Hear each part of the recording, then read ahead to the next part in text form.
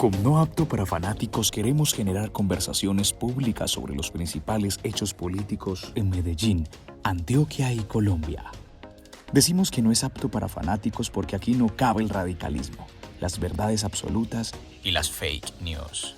En No Apto hablaremos sobre lo que no quieres escuchar. Esto es No Apto para Fanáticos.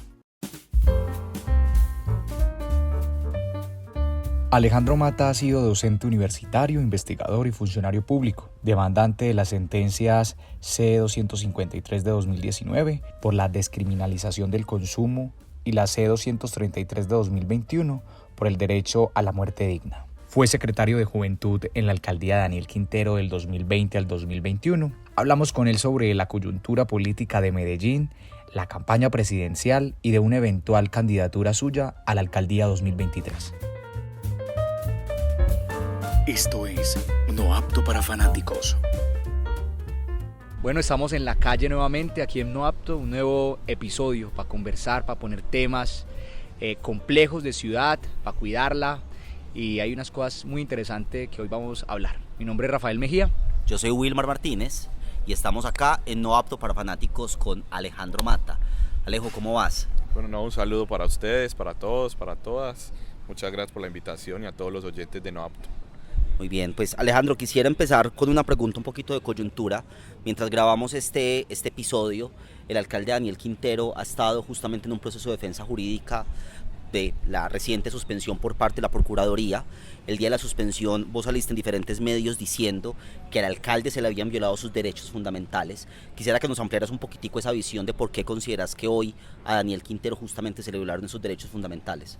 Sí, no, yo creo que muy preciso. Yo creo que es ser enfáticos en que la Convención Americana de Derechos Humanos en el artículo 23 dispone que nunca podrán restringírsele los derechos políticos a ningún funcionario elegido popularmente. Y la expresión restricción hace referencia tanto a destitución, inhabilidad o suspensión. Pero la suspensión es una de las discusiones jurídicas que había, que era una discusión semántica. Finalmente, la restricción es, uno lo puede decir, bueno, es tanto destitución como suspensión.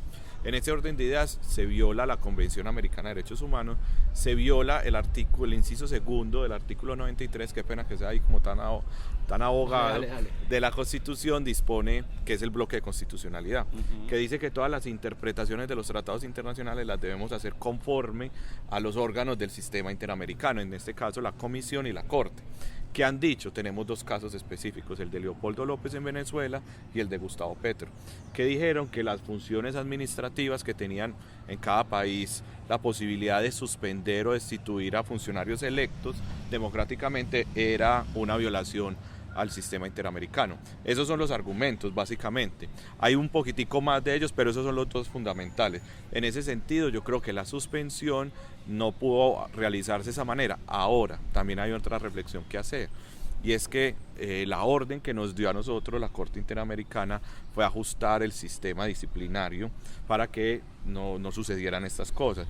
Se tramitó una ley y en ese trámite de la ley se le concedieron unas funciones jurisdiccionales a la Procuraduría. Yo creo que esas funciones son inconstitucionales. Todavía la Corte no ha dicho nada porque eso es una ley estatutaria. Todavía no se ha pronunciado la Corte porque está pendiente de que la Procuraduría llegue el concepto. Se ha tardado especialmente mucho. Entonces, en ese sentido, como para terminar esa parte de la sanción del alcalde, las funciones jurisdiccionales que se le dieron en la ley, a mi juicio, son inconstitucionales por una cosa, y es que los jueces son imparciales y no funcionan o no actúan a petición de ellos mismos, sino a petición de las partes. Y acá ellos tienen una función oficiosa. Entonces viola todos los principios que se han tejido alrededor de la función jurisdiccional. Hay muchos más argumentos, pero yo creo que básicamente son esos. ¿Cuáles crees un poco que va a ser como la consecución de relatos o de asuntos que van a seguir pasando frente a este proceso con el alcalde? Y vos especialmente también en varios medios has dicho que estás asumiendo de alguna forma un rol en esa defensa jurídica. ¿Cuál es ese rol que hoy estás asumiendo y cómo estás viendo lo que va a pasar? ¿Qué va a pasar de manera inmediata? Porque claramente hoy hay mucha incertidumbre, muchos conceptos jurídicos, claramente tensiones políticas alrededor de esto, pero para vos, con tu experiencia y también con el rol que tal vez estés asumiendo, ¿qué crees que vaya a pasar dentro de poco? Sí, yo creo que estamos pendientes del fallo de la acción de tutela. que interpuso por una parte Daniel y por otra parte Esteban, el exsecretario de gobierno, y el alcalde que se encuentra hoy suspendido.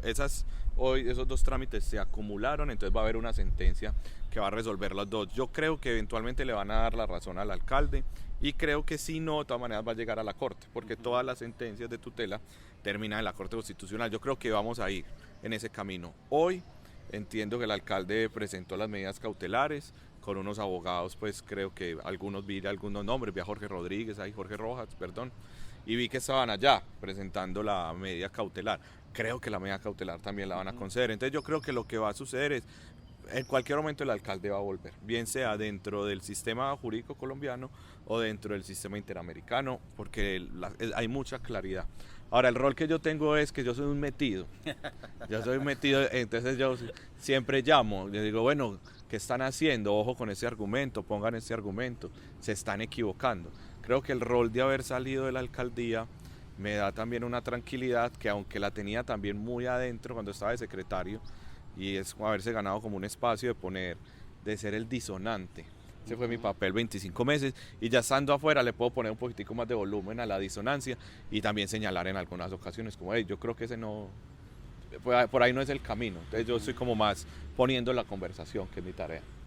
Alejandro, hay unos límites éticos y podemos decir también políticos legales dentro de la participación política de los que están gobernando, ya sea las alcaldías, las gobernaciones, incluso el país. En este caso, el exalcalde de Medellín, pues hoy suspendido, ha tenido estas participaciones en política. ¿Vos qué pensás de eso? No solamente pues Quintero, sino otros alcaldes, alcaldesas, y bueno, incluso el comandante de las fuerzas.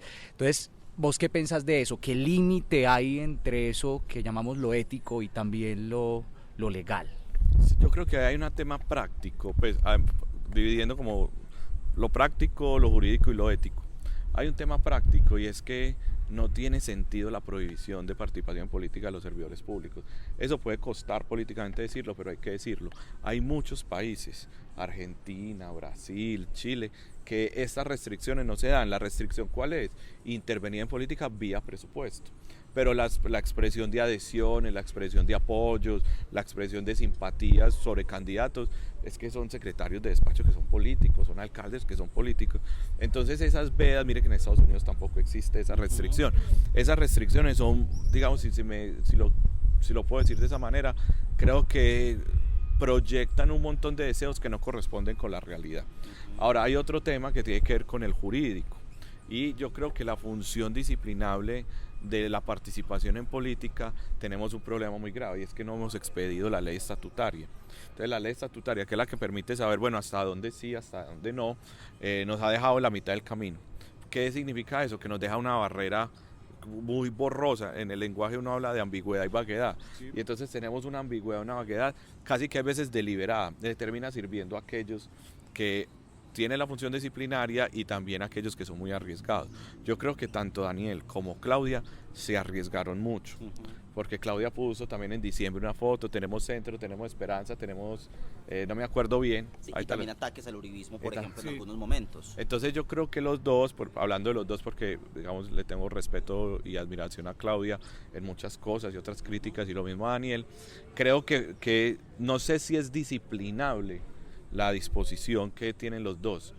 Es más, si me preguntan, yo creo que no es disciplinable, pero sí creo que es cuestionable desde qué punto de vista. Es que uno espera de quienes ostentan una calidad, digamos, de servidores públicos, una buena fe de respeto de las normas, y entonces no jugar con la ambigüedad. Y creo que jugar con la ambigüedad, si bien no es disciplinable, sí tiene por lo menos una discusión y una crítica que hacer sobre eso. Incluso pues también no solamente las personas que lideran los procesos, sino también, o que lideran el poder, sino también los secretarios, secretarias, que hacen parte básicamente de todo este entramado político. Vos decías también en un tuit, con una tutela se tumba todo esto. Contanos ahí un poquito qué crítica recibiste, no solamente del sector educativo, porque vos haces parte del sector académico, sino también esas cosas políticas en lo que vos andás ahora. Sí, yo no me acuerdo quién fue con quien me senté el año pasado, antepasado, que a mí me cogieron un sector, ahorita decimos el nombre. Dígalo una vez. Me cogieron un sector específico, no todo el fajardismo, porque yo tengo muy buena relación con muchos amigos y amigas del fajardismo, pero un sector muy puntual de fajardismo me cogió a tirarme durísimo por el tema de Metropar, que es una cosa que además no tiene nada que ver conmigo, pero bueno, también podemos hablar de esa vaina. Y yo empecé, me dijeron, Alejo, es que a mí no me gusta bloquear, me parece horrible bloquear, eso me parece feo en las redes sociales, ¿cierto? Okay, entonces sí. Yo más bien, hay veces uno o silenciaba o que uno no veía, entonces yo dejé de ver un montón de cosas porque también me estaba afectando emocionalmente, cuando le empiezan a uno a tirar tan duro, pues uno no es de palo. Ahora no, las críticas sobre eso no las alcancé a ver, tampoco las adulaciones, como es que dice Facundo Cabral, al caballo le soban el lomo antes de empezar a montar, entonces no, eso no hay que de ensillarlo, eso no hay que ponerle mucha nada, uno en Twitter tira cualquier cosa y hay veces tiene un like, hay veces tiene 6.000 y eso es una bobada. Pues hay que entender que Medellín no está en Twitter, pues todo Medellín no está en Twitter, a veces creemos que todo el electorado, incluso la ciudadanía está ahí, pero es un porcentaje muy bajo, pues. No, pero que es como 3 millones de personas tienen Twitter en Colombia. Entonces, si vos haces una proporción, pues en Medellín ahí no se disputa. Sí, no, es incipiente, o sea, claramente es incipiente. Es una buena conversación, pues, a veces odiosa, pero ahí se da. Esto es No Apto para Fanáticos. Hablemos un poco también, Alejo, del panorama nacional.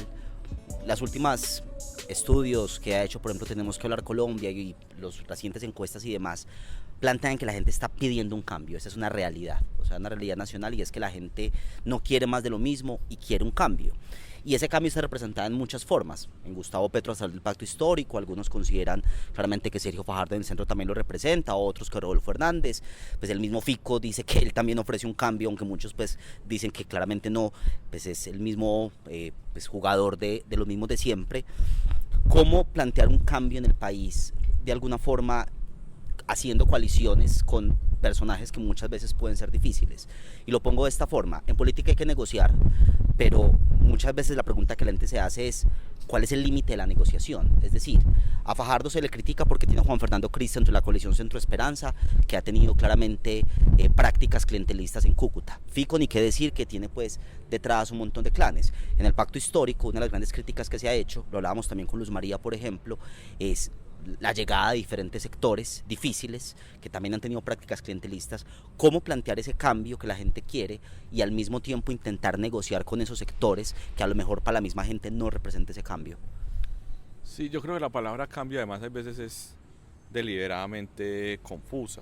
Pues mira que lo que estás diciendo, cualquiera se pone la etiqueta cambio, y además muy rápidamente digo algo, y es que el marketing político también nos está llevando a algo muy complejo, y es que pues con cambio y se llena con cualquier contenido. Sí, el contenido no importa, lo importante es decir que hay cambio. Entonces ahí es como muy fuerte. Yo de todas maneras creo que cuando uno mira, por ejemplo, el programa de gobierno de Gustavo y de Sergio Fajardo, uno encuentra en algunas cosas muchas similitudes.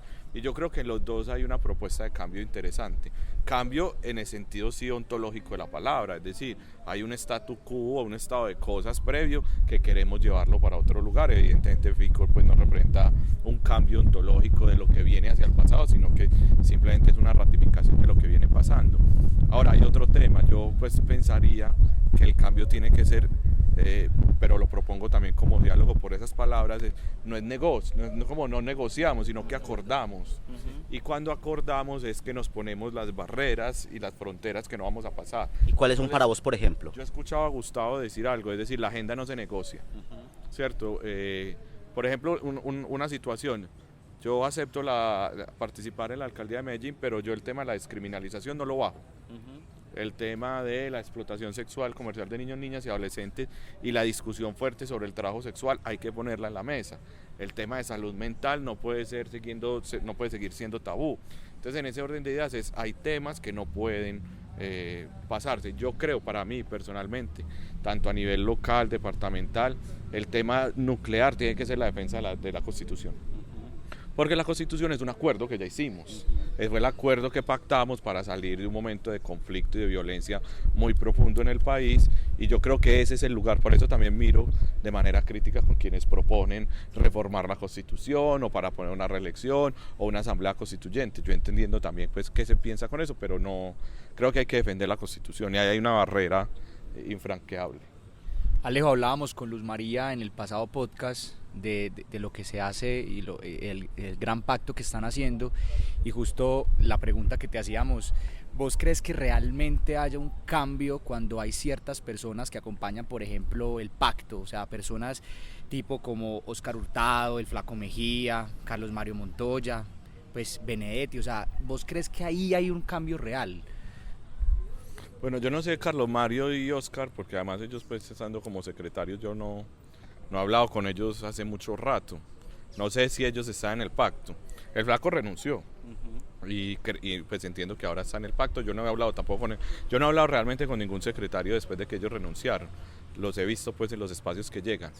Pero inclusive se puede escalar, digamos, además de lo local puede uno pensar si habrá cambio con Armando Benedetti, con Roy Barrera, y yo creo que la pregunta hay que hacerla, y yo espero, yo con ellos sí he tenido ya una conversación más con Armando en algún momento. Yo veo como una disposición de entregarle el poder a los pelados, de entregarle el poder al cambio y entender que es un momento histórico, como es casi que yo creo que están haciendo un cálculo, sí. ¿Cierto? No sé si están tan interesados en el cambio o están haciendo el cálculo de o nos montamos o nos cambian, sí. ¿Cierto? Y está bien, eso es parte como de los acuerdos políticos, también es reconocer los intereses desde el cual habla cada uno de los actores. Yo tengo la sensación, por la personalidad que tiene Gustavo y por la personalidad que tiene el círculo más cercano a Gustavo, en este caso pues María José, Inti Asprilla, David Racero, Susana Muhammad, que es el equipo de Colombia Humana y de otros equipos, que la agenda no se va a cambiar. Pues es decir, acordamos, pero no se baja, pues es decir, no creo que se vaya a matizar. Uno de los temas polémicos a mi juicio es el del aborto cero, ¿cierto? Que es una expresión a mi juicio equívoca. Nadie quiere que todo el mundo aborte, pero empíricamente va a pasar, es que también hay abortos naturales que se producen, es decir, aborto cero eso no va a suceder. Como ideal regulativo yo entiendo, es que nadie está a favor, en pro del aborto, la gente está a favor de la decisión de las mujeres.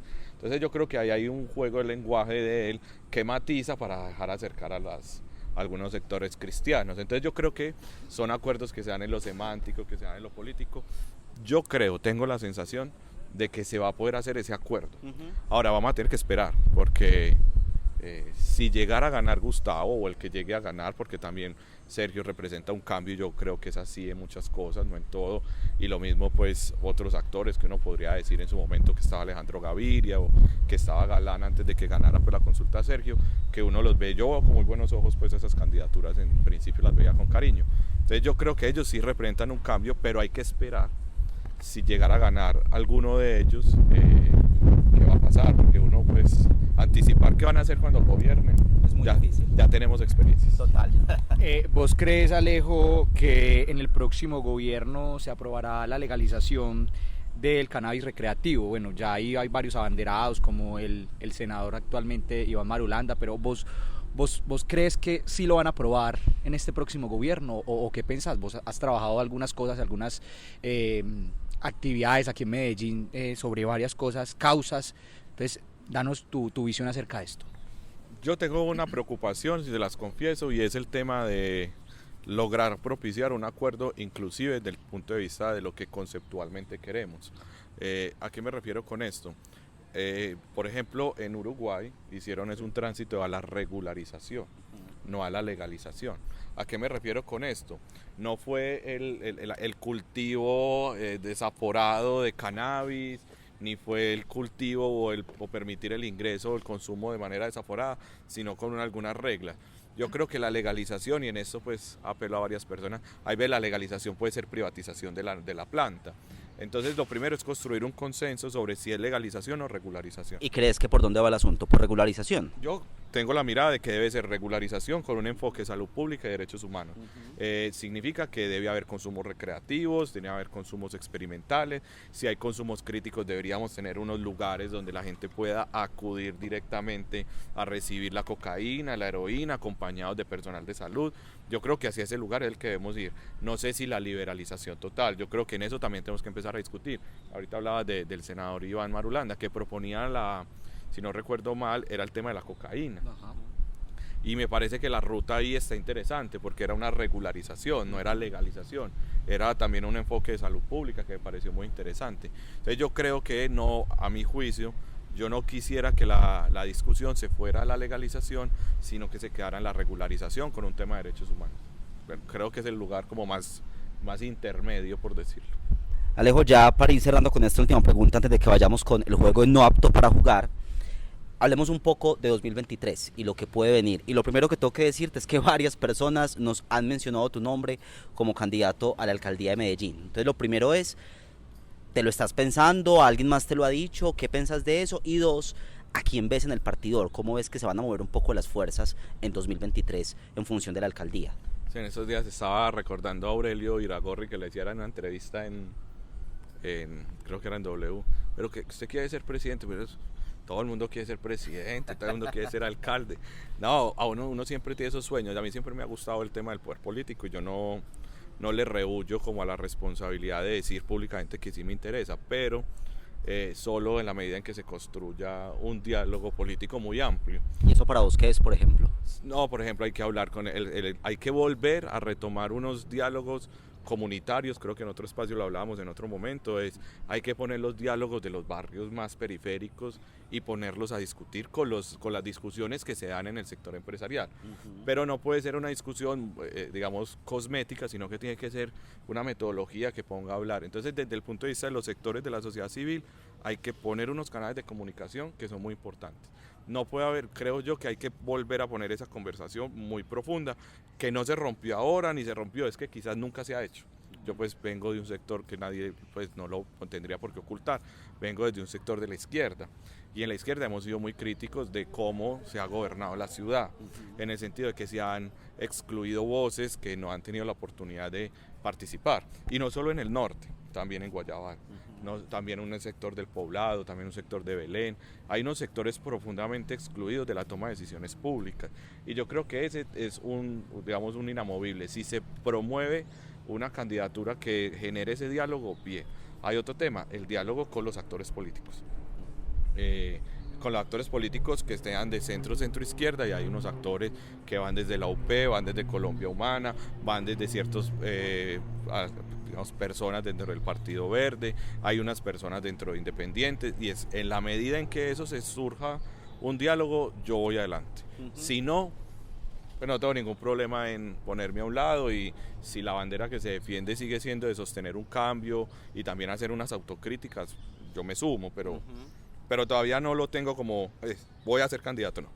Si se da, bien, si no, no importa. Y la correlación de fuerzas, ¿cómo ves el panorama entero? Eso estás diciendo un lado, claramente centro-izquierda, centro como lo planteabas, si ahí se da ese escenario, a lo mejor participarías. ¿Cómo estás viendo el resto de las fuerzas con relación a las elecciones 2023? ¿Nombres, asuntos? Bueno, yo he escuchado muchos nombres, desde Santiago, Londoño, he escuchado a Lucía, que quieren invitar a Lucía González. He también escuchado que el concejal Daniel Duque también se podría presentar. Yo creo que hay unos nombres interesantes, además admirables, por ejemplo Lucía, yo le tengo mucho cariño y respeto. Sobre más a la derecha, entiendo que Federico Hoyos viene fuerte a hacer campaña a partir de la terminación de la primera o segunda vuelta y empezará la campaña. Yo creo que hay unos candidatos importantes, pero que también sí veo como todo el panorama amplio, parece ser que es un relevo generacional.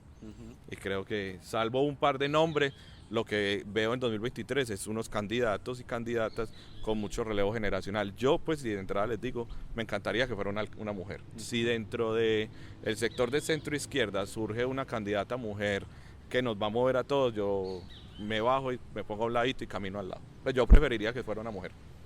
Muy bien. Rafa, vamos con no apto para jugar. Bueno, recuerden a todos los que nos están y todas las que nos están oyendo que este juego lo pueden adquirir por Books, nos pueden escribir a nuestras redes sociales. Eso es un juego, Alejo, para que nos los oyemos un ratico, conversemos, para que juguemos en la mesa con la familia, los amigos, para que conversemos de política. No es la necesidad de convencer con los argumentos, sino de crear disensos. Entonces, bueno, vamos a ver, coge una cartica ahí y vamos a ver qué te sale, lees la pregunta y das la respuesta. Cojamos la primera, pues. Listo. ¿Puede un hombre ser feminista? No. Un hombre es solidario con la causa feminista, pero no es feminista. Listo. Eso es como el ejemplo de, me lo decían, no, si usted es el empresario puede tener una solidaridad con el obrero, pero finalmente eso es el empresario. Eso es solidario con las causas de los trabajadores, acá uno es solidario con las mujeres, pero no es feminista. Listo, ustedes que están escuchando allá también pueden opinar sobre esta pregunta. Ahí está la otra. La pregunta. Tienen 10.000 pesos para comprar los ingredientes de un almuerzo para 5 personas. Diga qué comprarían y cuánto. Papa criolla, cilantro. Pero vaya diciendo los precios, Recuerde que es para 5 personas. Pero hoy, madre, 5 personas. No, pero es que eso es breve. El cilantro, uno puede comprar más o menos 1.500 pesos en cilantro. Puede comprar por ahí 2 cebollas cabezonas, eso le puede valer más o menos entre 900, 1.000 pesos también. Ahí van 2.000 más o menos.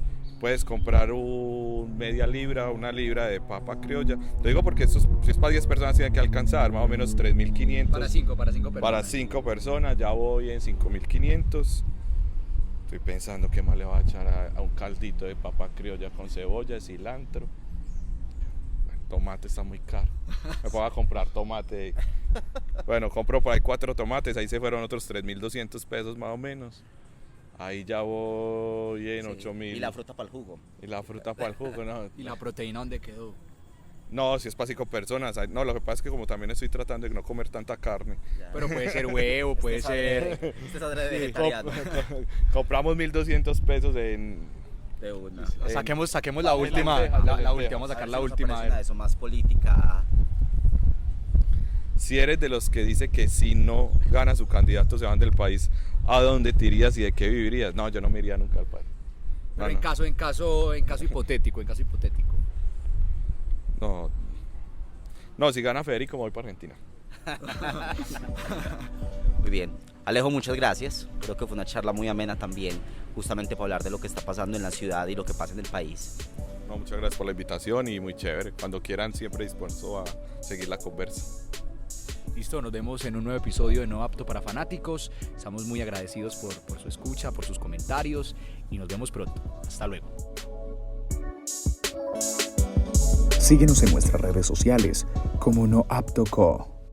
No Apto para Fanáticos.